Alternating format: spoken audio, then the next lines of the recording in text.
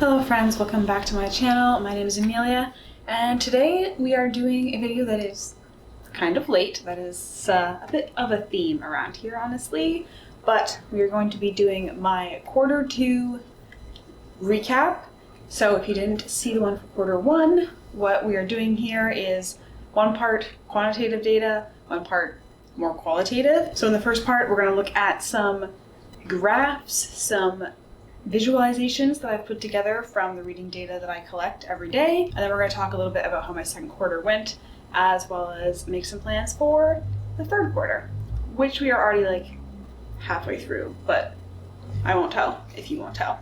So let's go ahead and we will just jump straight into our data section. All right, welcome to the data portion. First of all, we're looking at, of course, all of the covers of the books that I read this month, slightly fewer than last month. Not too much to say about just that part. Then organized by month. You can see that I read way less in April, and that was actually the month that I did the reading slowly, half of my reading speed video, which you should check out if you haven't seen already.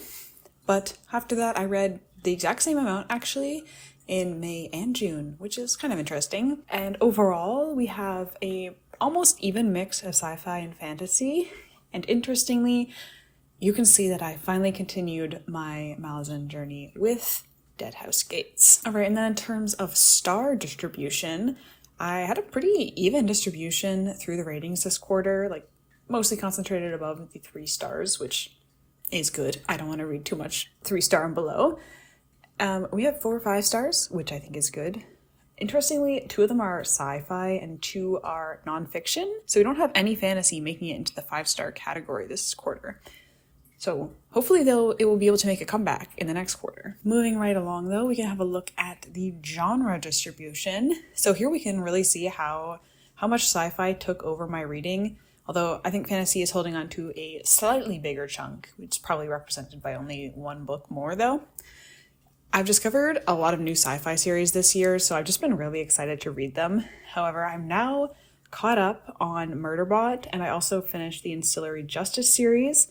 So I might expect next month or next quarter to have more of a return to fantasy now that I've wrapped up those series. I think the only ongoing sci-fi series I have now are Sun Eater and The Expanse. So I might need to try some new ones. Although I am trying to finish some of my ongoing series before I start more. According to my list here, I have 21 ongoing series.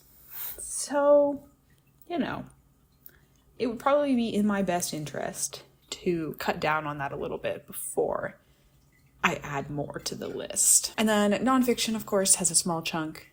I think it's relatively consistent over last month, and a little sliver for YA. That's going to be representing just The Cruel Prince and Ballad of Songbirds and Snakes, or Snakes and Songbirds.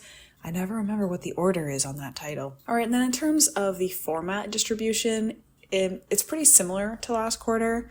Physical books have made a bit of a comeback though, as I've started to try to get through some of my physical TBR, which does also correlate relatively well to trying to complete some series, which was a goal that I set for this quarter. And I think next quarter though, we're going to see an even bigger physical slice. I feel like I haven't really been on my e-reader much recently. I've been reading a lot of Dungeon Crawler Carl, and my library doesn't have them, so I've been buying physical copies. And I also think the audio slice might be slightly smaller, but still pretty similar over last quarter. I have been listening to a lot of audiobooks this year, and also quite a few shorter ones, so their share is increased over like last year, but not too much, I don't think, over last quarter. And for source distributions, we are seeing a big comeback of owned books in this quarter, which matches the increase in physical reads and my attempt to get through my physical TBR. So always nice to see those things correlating, I guess is the word maybe. And I also finished 1 book from my Audible library, which was about Assyria. I think it was called Assyria, the World's First Empire or something like that. I said last quarter that I wanted to get through them all in case Amazon decided to increase their scumbag level and start taking away titles. I no longer have an Audible subscription, by the way. I just got all my new audiobooks from the library where they are free. But I do still have a few unread titles on my catalog that I want to get through, so that goal is probably going to remain for the next quarter. So I managed to read 19 books this quarter, which sounds like a lot, but it is actually down 8 from last quarter, and my average page count for books this quarter was 444, which was up from last quarter's 386. So I did read fewer books, but they were longer on average. So you can see a little bit of a balance there. And I did not realize I had read so much in 2022, but we were tied with it this quarter. And we are also continuing a steady increase over the last 2 years, a very similar amount, actually. I think that might be the same number of books represented there, which is interesting. And interestingly, although I read the same amount of books this year as 2022 wins by a landslide for pages, crossing over that 10,000 pages mark. That is a lot of pages. I have read a lot of short books this quarter with things like Murderbot and the Singing Hills cycle. However, as I mentioned before, my average page count was 444, so I do think the main source for the discrepancy is actually audiobooks and not short books. I didn't listen to them in 2022, so all of the books that I read would have come from actual physical reading, so more pages than this year with the audio hours. I don't try to calculate the audio hours into pages. I don't care that much.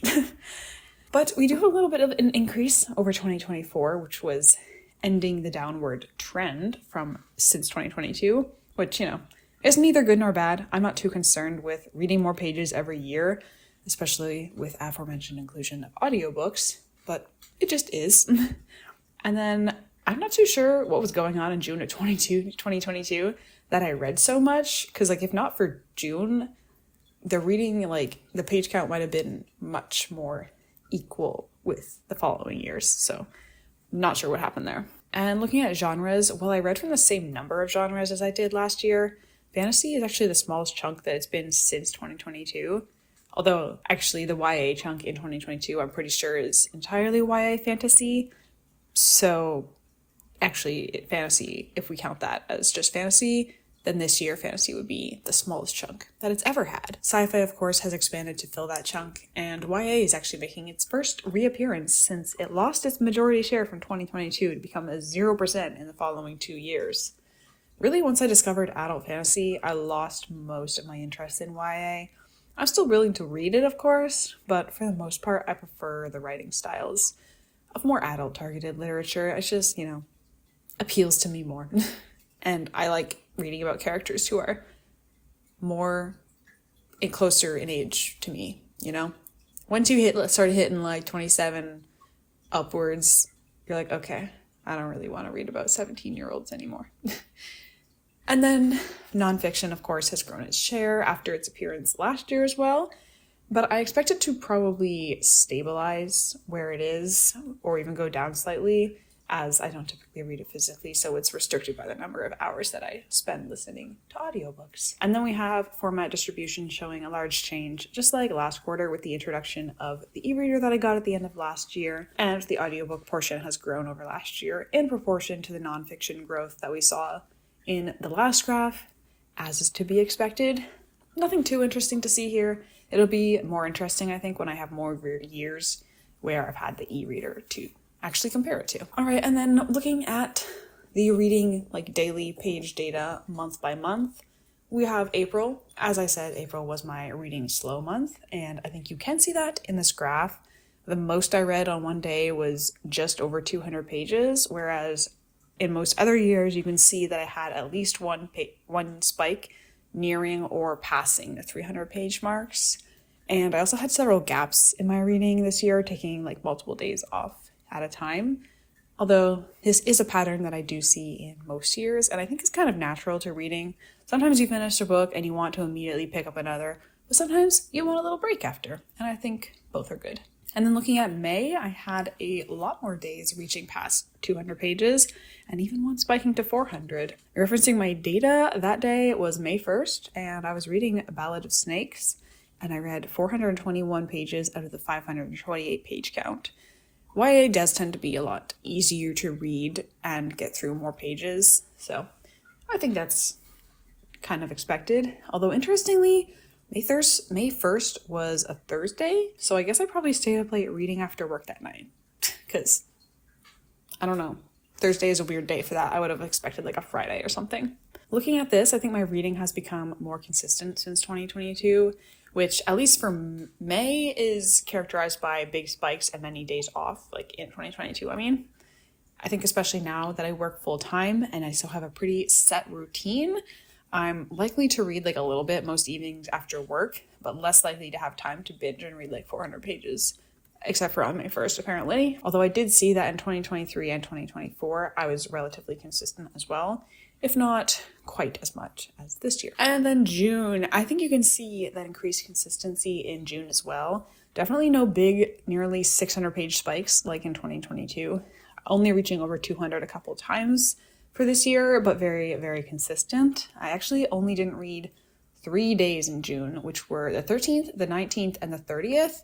And those are all different days of the week, so not too much of a pattern to be seen there, but almost one day off a week, I guess. As we saw earlier, June was the month that was responsible for the large page count of this quarter in 2022. And that is very easy to see here. We have one day over 600 pages, 2 days over 400, and many in the 200 to 400 range. And this summer would have been the summer between my third and final years of my degree. And at that time, I was working from home at a design internship. And I do remember not always having enough work at that internship. So I guess that, along with not having to commute, played a role in how much I read. And I was also, this was like the year that I was like just getting into reading as an adult. So there was probably some excitement going on as well. And I was living close to my library at the time, and I do remember going there a lot. 2023 also had a lot of spikes, but 2024 was much more consistent. In 2024, I would have been working relatively close to full-time hours, and I was often reading on my lunch breaks. And I do find, and like you can see in the data, that having that more consistent type of schedule and set habits really contributes to a much more even pattern of reading. But that is all that I have for this quantitative section. So let's go ahead and jump back into some qualitative data. Okay, welcome back from the graphs. Let's have a little bit of a book chat. So I have some notes. So looking back on quarter two, one of the things I wanted to do was finish up some series because I wanted to make room for getting back into Malazan. And I did finish 2 series. I finished Murderbot, everything that is out for it so far, and I also finished the Imperial Rag series. I don't know how the hell you're supposed to say that series name. Imperial Rag? I don't know. It's like the Ancillary Justice series. That's just what I call it because I find it easier. And I did actually finally pick up another Malazan book. I read Dead House Gates. I was not specifically planning on actually starting Malazan in quarter 2. I was going to like finish a bunch of series and start in quarter 3. But the inspiration struck, and I am not one to look the book inspiration gift horse in the mouth. Sure, we'll go with that. So we did get started on the Malazan read. Malazan? I don't know. I don't care, honestly. And then finally, one of my goals was to finish the books in my Audible backlog. I think I talked about that already, and I read one of them. Okay, now let's have a quick look at my reads from the month. So my top 5, real quick, were System Collapse from the Murderbot series by Martha Wells. This is the last currently out book, I think. Number 2 was Demon in White. This is book 3, I think, in the Sun Eater series by Christopher Rucchio. Number 3, I have Carl's Doomsday Scenario. This was book 2. I think this is book 2, or maybe it's book 3. In the Dungeon Crawler Carl series, which I've been really much enjoying, I am up to book 5 now. Like, I finished the first 5. So I think there's one more that's out and one that's coming in September. So I'm very excited for that. And then finally, Network Effect, also from the Murderbot series. And then my number 1 nonfiction book was I'm Glad My Mom Died. I listened to quite a few good ones this quarter though, actually. So I'll probably talk about all of the nonfictions that I read, or at least the best ones, in like an end of year type recap. And then I didn't DNF anything this quarter, but I did just put down that my biggest disappointment was Ancillary Mercy. This is the final book in the Imperial Rag series, and it was just kind of a non-ending, really. It was just, I don't know, the series started out so interesting and then just like it disappeared into nothing. Okay, and then we have one final section to get through, and that is going to be my quarter 3 goals. As I said, we are already partway through quarter 3, but we're going to talk about it anyway, okay? So, I still want to work on finishing up some series, even though I did go ahead and start my Malazan read through. I still want to finish some stuff up. I have 4 priorities on my finishing series list. Will we be able to finish them? Who knows? But, number 1, I put the Dungeon Crawler Carl series. I've just been very interested in reading that and getting through them pretty quickly, so I'm just gonna coast on the high and say that I want to try to finish those up. Then we have Sun Eater. I'm up to book, the last one I read was Kingdoms of Death. I think there might be 2 more, maybe 3. Yeah, I'm not saying that I'm specifically going to finish it, but I do want to prioritize at least getting through 1 more entry, maybe a second. We shall see. And then I also want to prioritize my Lord of the Rings reread. I read Fellowship 2 years ago now, I realized, as I was like going through my data for this video, and yeah, I should probably read the next one. And it's actually my current, well, I haven't started it yet, but it's like my next lined up book. I've got my annotation key picked out and everything, so it's going to happen. And then finally, I have 1 more book left in my Farseer reread, Assassin's Quest, and I want to wrap that one up as well. All right, other goals. I want to read 2 to 3 Malazan books. I've read 1 so far this quarter, so I did, right? Yeah. So 1 to 2 left to go. I would like to get through 2 of my Audible audiobooks if I can. I haven't started this, but I have one that's been mostly finished for a while now, so I think it would be relatively easy to finish up that one and then 1 more. I think I only have maybe like 3 left that I haven't actually listened to, so would like to get through those. And then limit my book buying. That's something I've wanted to do. I think I've only bought 1 book this quarter. It would be Dungeon Crawler book 5. Did I? Ooh, I might have bought 2. I might have bought book 4 this quarter as well. I don't remember exactly, but I've made a new rule where I have to read 3 unread books from my shelves before I can buy 1. And then when I run out of unread books, we'll revise the situation. But I'm at 2, I need to read 1 more, and then I can buy Dungeon Crawler Carl book 6, which I'm very excited for. All right, and then I have 2 other goals. They're not specifically reading goals, but they are related to either reading / this channel. One of them is rearrange my bookshelves. So I might have mentioned this already, I don't know. So my partner is moving in and we are changing some things around in the apartment, so I'm gonna need to rearrange my books. So I figured I would just make it a goal and maybe we can make a little video out of it. That would be fun. And then the final goal is to practice my writing. I really want to either finish the 3rd draft of the book that I have been working on or start something new.